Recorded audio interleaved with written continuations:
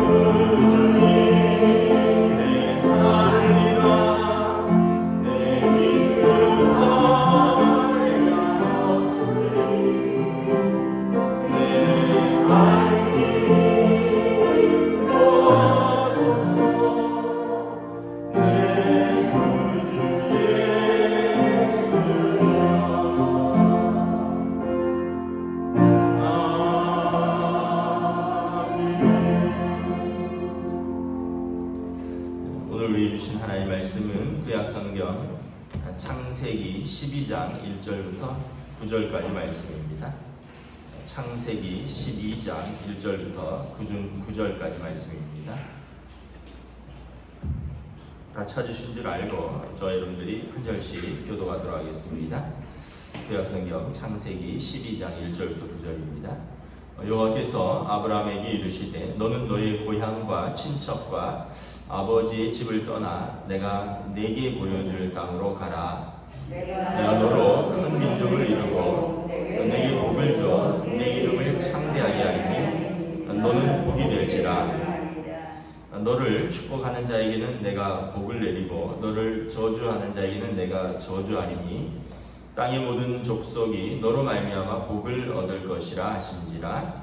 이에 아브라함이 여호와의 말씀을 따라갔고 롯도 그와 함께 갔으며 아브라함이 하란을 떠날 때에 75세였더라. 아브라함이 그의 아내 사레와 조카 롯과 하란에서 모은 모든 소유와 얻은 사람들을 이끌고 가나안 땅으로 가려고 떠나서 마침내 가나안 땅에 들어갔더라. 아브라함이 그 땅에 지나 세겜 땅 모래 상수리 나무에 이르니 그때 가나안 사람이 그 땅에 거주하였더라. 여호와께서 아브라함에게 나타나 이르시되 내가 이 땅을 내 자손에게 주리라 하신지라. 자기에게 나타나신 여호와께서 그가 그곳에서 제단을 쌓고 거기서 베델 동쪽 산으로 옮겨 장막을 치니 서쪽은 베델이요 동쪽은 아이라. 그가 그곳에서 여호와께 제단을 쌓고 여호와의 이름을 부르더니 함께 읽습니다. 점점 남방으로 옮겨갔더라. 아멘. 할렐루야. 오늘 이제 새로운 또 한 주, 새로운 하루가 시작됩니다. 주님 주시는 은혜와 평강이 가득한 복된 날 되시기를 축복합니다. 이제 한여름은 이제 지나가는 것처럼 보입니다. 온도가 약간 떨어졌습니다. 이제 선선한 계절, 또 새로운 계절에 하나님께서 더 큰 은혜 주시기를 기대합니다. 오늘 창세기 11장은 유명한 장이죠. 아브라함의 소명장입니다. 하나님이 부르셨다 이런 뜻이죠. 그래서 우리가 몇 가지는 이렇게 알아주면 좋습니다. 창세기 11장은 아브라함의 소명장, 출애굽기 3장은 모세의 소명장, 이사야 6장은 이사야의 소명장, 사도행전 9장은 사도 바울의 소명장. 소명이라는 것은 뭐냐면 원래 이름은 왕이 신하를 부른다 이런 뜻이 있습니다. 왕이 신하를 부른다. 여기에는 또 다른 의미가 있는데 명령을 준다는 거예요. 그냥 부르는 게 아니라 명령을 주고 그 명령을 가지고 나아가는 것입니다. 그게 사명입니다. 나를 부르신다, 왕이 나를 부르신다, 이게 소명이고요. 부르신 자에게 명령을 주죠. 이게 사명인 거죠. 아브라함의 소명장과 또 사명장이기도 하죠. 1절에 보면 여호와께서 아브라함에게 이르시되 너는 너의 고향과 친척과 아버지의 집을 떠나 내가 네게 보여줄 땅으로 가라. 하나님이 부르셔서 명령을 주시는데 쉬운 명령이 아니죠. 고향과 친척과 아버지의 집을 떠나라. 그리고 그러면 더 좋은 땅으로 가야 되는데 아직 어떤 땅인지 알지 못해요. 그냥 내가 내게 보여주는 땅으로 계속 가다 보면 하나님이 보여주시고 가라 해서 거기다라고 말씀하시는 그 땅이라는 거예요. 여러분 고대 세계에서 고향과 친척과 아버지의 집을 떠나는 것은 굉장히 위험한 일입니다. 지금도 그렇지만 여러분 낯선 곳에 여행 갈 때 좀 두려움이 있잖아요. 예를 들어서 우리가 외국에 여행을 간다. 그래도 가족들이 다 같이 가면 좀 나은데 만약에 아들 혼자 간다, 딸 혼자 간다 이러면 얼마나 걱정이 되겠습니까? 그곳에서 힘들고 어려운 일을 당하면 어떨까? 고대 세계에서는 여러분 다 부족 사회, 시족 사회이기 때문에 아브라함이 나중에 한 부족을 이루잖아요, 족장을. 그러니까 그 부족을 떠난다는 것은 안전을 담보하지 않는 것입니다. 또 지금처럼 어딜 가서든지 비즈니스를 할 수 있는 그런 시대도 아니고 자기 고향 친척 아버지 집 그 근처에서 사람들이 물물 교환도 하고 농사도 짓고 짐승도 키우고 하는 거지. 여러분 낯선 땅에 가면 사람들이 방해하죠. 아브라함의 아들 이삭의 이야기인데 가는 곳마다 블레셋 사람들이 우물을 메워버리잖아요. 우물이 있어야지 농사도 짓고 식수도 하고 짐승들 먹이기도 하는데 5번이나 우물을 메웁니다. 그만큼 이방 사람들이 텃세도 심하고 안전도 위협받는 것입니다.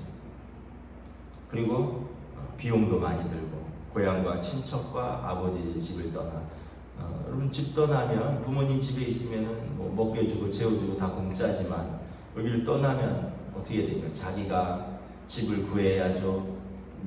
비용을 내야죠. 자기가 밥해야죠. 자기가 빨래해야죠. 집에 있을 땐 부모님이 깨워주죠. 근데 이제 자기가 일어나야죠. 그러니까 이 모든 것이 이제 어떤 면에서 보면 새로운 도전이고 어려움을 무릅쓰는 것입니다. 근데 가라고 한 땅이 어떤 땅이냐? 내가 내게 보여줄 땅이라는 거예요. 뭐 예를 들면 뭐 어느 지역을 딱 정해서 뭐 애굽의 뭐 카이로다, 애굽의 알렉산드리아다, 뭐 이런 어떤 좋은 곳에 이름을 딱 지정해 주는 게 아니라 일단 떠나라는 거예요. 그럼 내가 내게 보여주겠다는 것입니다.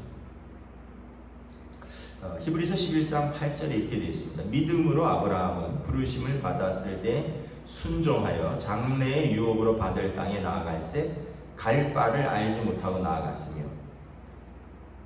여기 중요한 단어가 두 개 나오죠. 믿음으로, 아브라함의 믿음은 뭐냐면 부르심을 받았을 때 순종했다는 거예요. 그런데 알지 못하지만 하나님을 믿었다는 거예요. 그래서 하나님의 명령에 갈 바를 알지 못하고 순종했다는 거예요. 여러분, 이게 여러분 참 아브라함의 순종입니다. 하나님께서 어떤 약속을 주십니까?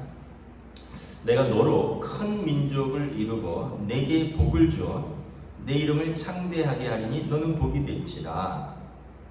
하나님이 아브라함을 통해서 큰 민족을 이루겠다는 거죠. 그리고 너에게 복을 줘서 내 이름을 널리 이렇게 내겠다는 것입니다. 위대하게, 너의 이름을 위대하게 이 땅 가운데 알릴 수 있는 위대한 사람이 될 것이다. 근데 아브라함의 현재 형편은 어떻습니까? 자식이 없어요. 아브라함이 4절에 보면 75세인데 사라랑은 10살 차이인데 65세. 나중에 보면 나오죠. 사례가 경수가 끊어졌다. 더 이상 임신을 할 수 없다. 그러니까 하나님의 말씀이 아브라함이 어떻게 보면 황당하게 들릴 수 있는 거죠. 아니 75세까지 아들이 없는데 지금 나와서 무슨 큰 민족을 이루고, 근데 지금도 나중에 보면 나오지만 사라가 내게 아들을 주리라 했을 때 웃었다 그랬습니다. 무슨 이 나이에 아들이냐고. 그러니까 여러분 어떻게 보면 하나님께서 말씀하시는 게 믿기가 다 어려운 거예요. 아들도 없는데 지금 누구를 키우냐면 조카 롯은 동생 하란이 낳고 먼저 죽었기 때문에 제일 큰아버지인 아브라함이 자식이 없으니까 양자처럼 데리고 키우는 아들이죠. 조카 롯 하나 있는데 내가 너로 큰 민족을 이루고 너의 이름으로 큰 민족을 이루고 또 창대하게 하겠다. 그래서 우리가 여러분 항상 우리 생각에 머물러 있으면 안 되는 거예요. 믿음은 우리 생각을 깨뜨리고 하나님의 뜻에 순종하는 것입니다. 내가 지금 여기서 내가 뭘 한다는 것이냐, 지금 이 나이에 내가 뭘 한다는 것이냐, 지금 우리 집을 통해서 하나님이 뭘 한다는 것이냐, 우리 애들을 통해서 하나님이 뭘 하실 게 있겠느냐, 그건 우리 생각이라는 거예요. 지금 여기서 이 나이에 뭐 우리 집을 통해서 우리 아이를 통해서 그건 하나님께서 하시면 하시는 거죠. 우리가 이제 자꾸만 우리 한계를 지는 거죠. 지금 이 나이에 지금 우리 집이 뭐 이런 식으로. 하나님은 보시면 과거를 묻지 않으셔요. 현재가 중요하지 않아요. 하나님은 항상 미래를 말씀하십니다. 과거의 아브라함의 이야기가 없어요. 과거의 아브라함이 어떤 사람이었는지 이야기가 전혀 없습니다. 현재 아브라함은 아들도 없고 이제 아버지는 곧 돌아가실 만큼 연세 많고 그냥 두 명의 아내 사라와 단촐하게 조카 롯 데리고 있는데, 여기서 아버지 본토 친척 아버지 집을 떠나면은 진짜 아무것도 없는 사람이 되는 거죠. 그런데 하나님이 그런 아브라함을 하나님의 미래에 큰 민족을 이루고 복을 주어서 창대하게 할 것이다. 너는 복이 될 것이다. 그래서 여러분 믿음은 눈을 들어 하나님 나라를 바라보는 것입니다. 3절에 보면 아브라함은 축복의 통로가 됩니다. 너를 축복하는 자에게는 내가 복을 내리고 너를 저주하는 자에게는 내가 저주하리니 땅의 모든 족속이 너로 말미암아 복을 얻을 것이라 하십니다. 아브라함 자체가 복이 아니라 아브라함은 축복의 통로인데, 하나님께서 복 주신 자를 축복하면 그가 복을 받을 것이다. 하나님께서 복 주신 아브라함을 저주하고 대적하면 그가 저주를 받을 것이다. 그러니까 아브라함이 참 별것 아닌 사람, 평범한 사람인데 하나님이 순종하는, 믿음으로 순종하는 그를 축복의 통로 삼으신다는 거예요. 그래서 너를 축복한 자는 하나님이 축복하겠다는 거죠. 너를 저주하는 자는 하나님이 저주하신다. 그러니까 아무도 아브라함을 못 건드리는 거예요. 아무도 아브라함을 저주하지 못하는 거죠. 아무도 아브라함을 대적하지 못하는 것입니다. 아브라함을 할 수 있는 것은 축복하는 것밖에 없는 거죠. 그래야지 하나님께서 자기도 축복하십니다. 여러분, 실제로 아브라함이 애굽으로 갔다가 아내를 빼앗길 뻔하죠. 애굽 왕이, 여러분, 그 당시에 왕이, 그것도 파라오, 애굽의 세계 제1의 왕이 평범한 여인 하나 빼앗는 게 뭐가 어렵겠습니까? 그런데 아브라함이 아내를 빼앗기니까 하나님의 꿈에 나타납니다. 돌려줘라, 아니면 너와 내 집이 죽을 것이다. 하나님께서 직접 개입하시는 것이죠. 그래서 아브라함이 이런 담대함이 있는 거예요. 하나님의 약속을 믿는 담대함. 하나님이 나와 함께 하신다. 하나님 내게 복 주셨다. 내가 어디를 가든지 나는 두려울 것이 없다. 하나님께서 나와 함께 하시고 내게 약속을 주셨고 내게 복을 이루실 것이다. 4절에 이에 아브라함이 하나님의 말씀을 따라갔고 순종했다는 것입니다. 그래서 여러분, 믿음은 뭐냐면 그냥 믿고 끝나는 게 아니라 믿고 순종하는 데까지 나아가야 되는 것입니다. 4절에 보면 롯을 함께 데려가죠. 아브라함이 하란을 떠날 때 75세였더라. 참 이걸 보면 우리 어른들은 용기를 낼 수 있습니다. 75세에 하나님이 아브라함을 부르셨고 그때 따라갔다. 그럼 모세는 몇 세에 부르셨죠? 80세에 부르셨습니다. 모세는 80에 부르셨어요. 갈렙은 여러분 이 산지를 내게 주소서 몇 세에 했습니까? 85세에 했어요. 그러니까 여러분, 우리가 믿음의 조상 아브라함, 이스라엘을 애굽에서 이끌어낸 모세, 가나안 땅의 정복자, 전투의 최전선에 선 갈렙, 75세, 80세, 85세라는 거죠. 그래서 우리가 목사님, 내가 무슨 지금 내가 지금 70인데 나하고 지금 뭘 하라고 하시는 그런 얘기야. 그러면은 성경을 읽어보셔야 돼요. 지금 내가 60인데, 지금 내가 70인데, 아이고 내가 지금 내가 80인데, 그러면 성경을 자세히 읽어보셔야 돼요. 하나님이 아브라함을 부르셔서 막 시작하신 때가 75세다. 하나님이 그냥 미디안 광야에서 양치는 모세를 부르실 때 80세다. 그 가나안 땅의 정복 전쟁에서 제일 앞장섰던 사람이 85세다. 내가 뭘 이 나이에 내가 뭘 이걸 하냐고, 이 나이에 내가 뭘 하냐고. 옛날에 하용조 목사님이 돌아가셨죠. 그런 이야기를 하시더라고요. 그 교회는 인재들이 많잖아요. 큰 교회니까. 근데 뭐 유명한 성악가들도 많고, 그래서 뭐 성가대도 막 쉽게 얘기하면 1부, 2부, 3부 뭐 예배 순서에 따라서도 다 있지만 또 전문 성악가, 전문 중창단, 전문 합창단 되게 많은 거예요. 그런데 그 목사님이 그러더라고요. 그게 중요한 게 아니다. 내가 하나님을 찬양하고 싶으면 누구든지 성가대 지원하고 찬양을 하라. 누구든지 찬양팀에 지원하고 찬양해라. 그러면서 하시는 말씀, 그 목소리 안 쓰고 아끼다가 썩습니다. 그 목소리 아끼고 안 쓰다가 썩는다는 거예요. 제가 이렇게 점점 느끼는 건데, 목소리가 나이가 들면 점점 굵어지고 탁해지고 좀 그렇더라고요. 제가 원래 이렇게 지금도 그렇게 탁하지는 않은데, 원래는 제가 이렇게 좀 약간 맑은 소리였어요. 좀 톤이 높은 미성이었어요. 근데 지금은 좀 중저음으로 점점 이렇게 나이가 들으니까 목소리가 좀 이렇게 굵어지고 좀 중저음. 근데 원래는 굉장히 좀 약간 하이톤에 약간 미성에, 그런데 이 나이가 들면 점점 그렇게 돼가요. 뭐 목소리도 그렇고.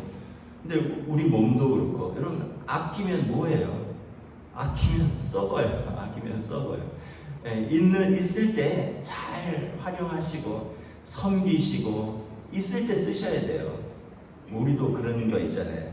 뭐 옷 아끼다가 나중에 보면 좀 쓸고 유행 다 지나고 이거 아껴 입어야지 하고 아끼고 아끼다가 나중에 아껴 먹어야지 했는데 나중에 보면 상해버리고 아껴 입어야지 하다가 유행 다 지나가고 뭐 옷도 상하고 우리 몸도 그렇다는 거예요. 지금 하나님이 부르실 때 지금 하실 수 있을 때 뭔가를 하시는 거예요.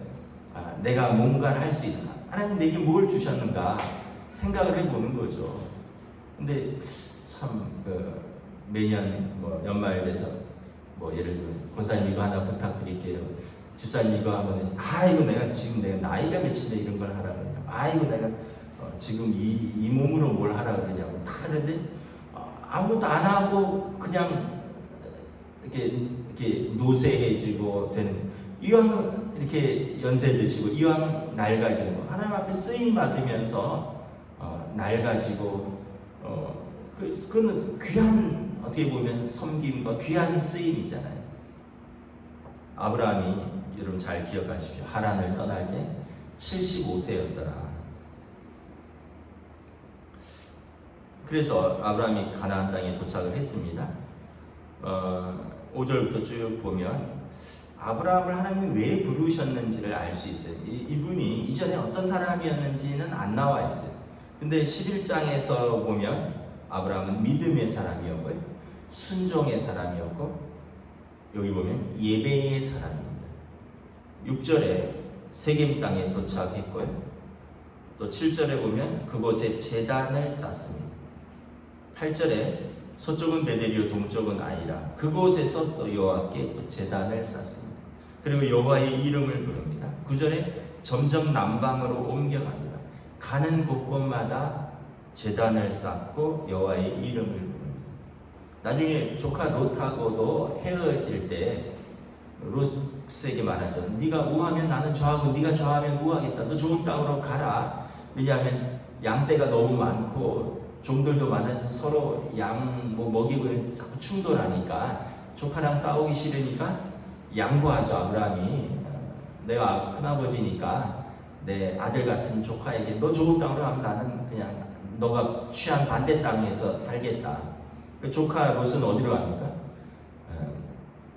그때 요단들의 물이 흐르는 소돔과 고모라로 갑니다. 거기는 마치 에덴 동산 같고 애굽 땅 같았다 합니다. 그런데 그곳은 나중에 보면 하나님의 진노가 임하죠.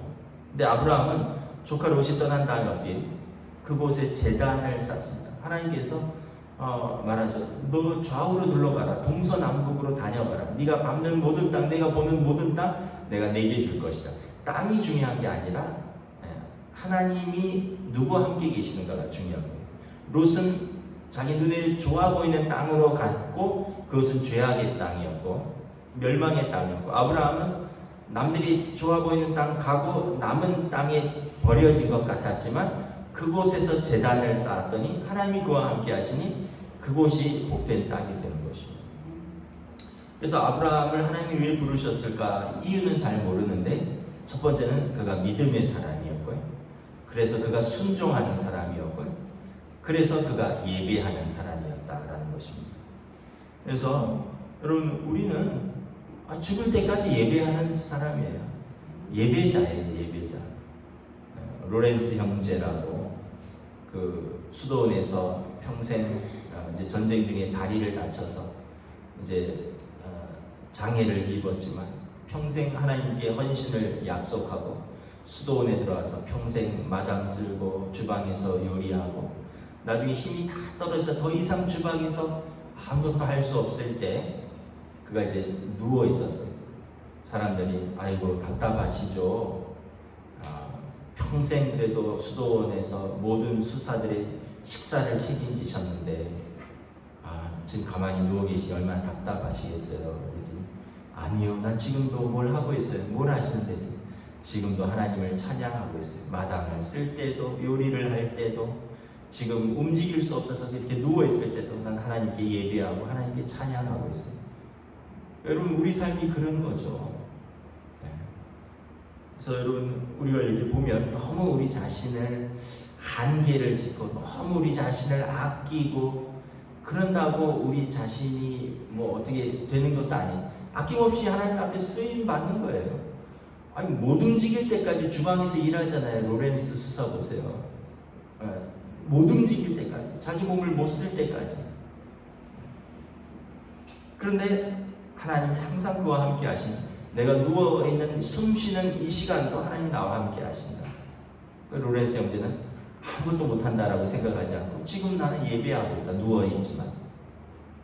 물론 아브라함이 왜 하나님이 그를 부르셨을까를 보면 아브라함의 이런 특별함들, 그의 예배, 그의 믿음, 그의 순종 때문이었습니다. 그래서 하나님께서 그를 부르셨고 그로 큰 민족, 이스라엘이라는 한 나라, 한 민족을 이루게 하시고 그를 통해서 하나님을 섬기는 사람들이 줄줄이 나오게 되는 것이죠. 그래서 아브라함을 통해서 다윗을 통해서 예수 그리스도, 아브라함이 복의 통로가 되는 것입니다. 말씀을 마치겠습니다. 우리가 다시 한번 하나님의 말씀을 통해서 오늘 우리는 어떤 부르심을 받았는가, 하나님이 오늘 내게 어떤 사명을 주셨는가, 나는 어떤 부르심에 어떻게 순종해야 되는가, 그리고 나는 예배자로서 어떤 모습으로 하나님 앞에 설 것인가, 또 우리가 돌아보는 귀한 믿음의 시간이 되시기를 주님의 이름으로 축복합니다. 네, 기도하겠습니다. 하나님의 은혜를 감사합니다.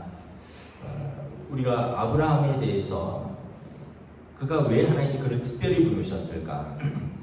즉 평범한 사람, 부자도 아니었고 권력자도 아니었고 자식이 많은 사람도 아니었고 아브라함과 사례 두 노인, 단촐한 두 사람. 그러나 하나님이 보실 때 그에게 믿음이 있었고, 하나님이 보실 때 그에게 순종이 있었고, 하나님이 보실 때 그는 하나님이 찾으시는 사람, 예배자였기 때문에 하나님께서 그의 나이, 그의 직업, 그의 가족 상관없이 아브라함을 부르시고 순종하는 아브라함을 통해서 복을 주시고 큰 민족을 이루신 것을 우리가 바라봅니다. 우리가 하나님의 말씀을 그냥 말씀으로만 끝나지 않고 오늘 나에게 주시는 말씀으로 받기를 원합니다.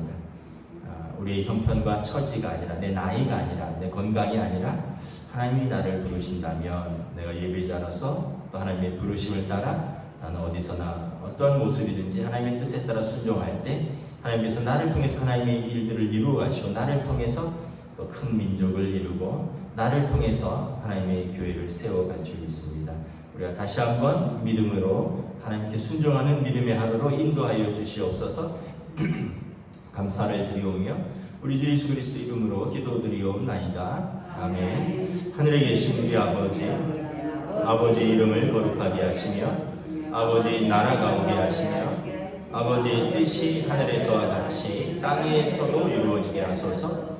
오늘 우리 필요할 양식을 주시고 우리가 우리에게 잘못한 사람을 용서하여 준 것 같이 우리 죄를 용서하여 주시고 우리를 시험에 빠지지 않게 하시고 악에서 구하소서.